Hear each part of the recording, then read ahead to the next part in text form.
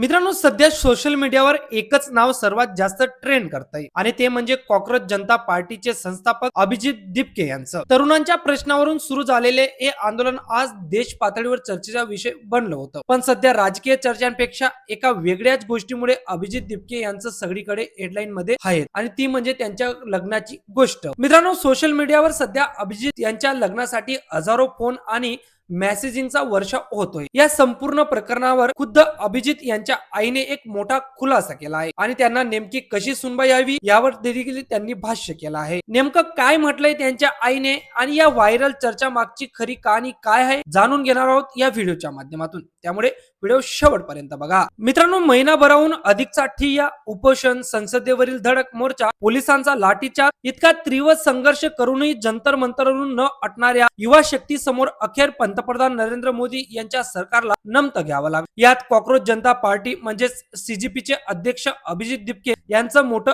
यश मानलं जात आहे. सीजीपीच्या नेतृत्वाखाली जंतर मंतर या ठिकाणी असंख्य तरुण आणि विद्यार्थी जमले होते. या मोठ्या यशानंतर आता अभिजित यांच्या आई वडिलांनी त्यांच्या भावना व्यक्त केल्या आहेत. यावेळी त्यांनी TV9 मराठीशी बोलताना मुलाच्या लग्नावरही प्रतिक्रिया दिली आहे. सीजीपीचं आंदोलन यशस्वी झाल्यापासून अभिजित दिपके यांच्या लग्नासाठी असंख्य फोन येत असल्याची माहिती त्यांनी दिली आहे. त्यांच्या लग्नासाठी भरपूर फोन येत आहे. आधीही येत होते, पण आता आणखी जास्त येत आहे. पण त्यांचा लग्नाचा जेव्हा योग येईल तेव्हा बघू, आधी त्याला यातून बाहेर पडू द्या, अशी प्रतिक्रिया अभिजित दिपके यांच्या आईने दिली आहे. तर सुनबाई कशी पाहिजे असा प्रश्न विचारला असता त्या म्हणाल्या, आता त्यांच्या मनावर आहे असून आता हे त्याच्या मनावर आहे. सून सर्वसामान्य साधारण असावी अशी मला अपेक्षा होती, पण आता तो एवढ्या लेवलला गेला आहे की त्यामुळे आता पत्नी निवडण्याचा निर्णय त्याच्यावर आहे. आयुष्याची जोडीदार निवडण्याचा स्वातंत्र्य त्याला आहे. आम्ही त्याला पाठिंबा देण्याचं काम करणार आहोत. आता आधी सारखं राहिलेलं नाही. पूर्वी आई वडील म्हणायचे या मुलीशी लग्न कर,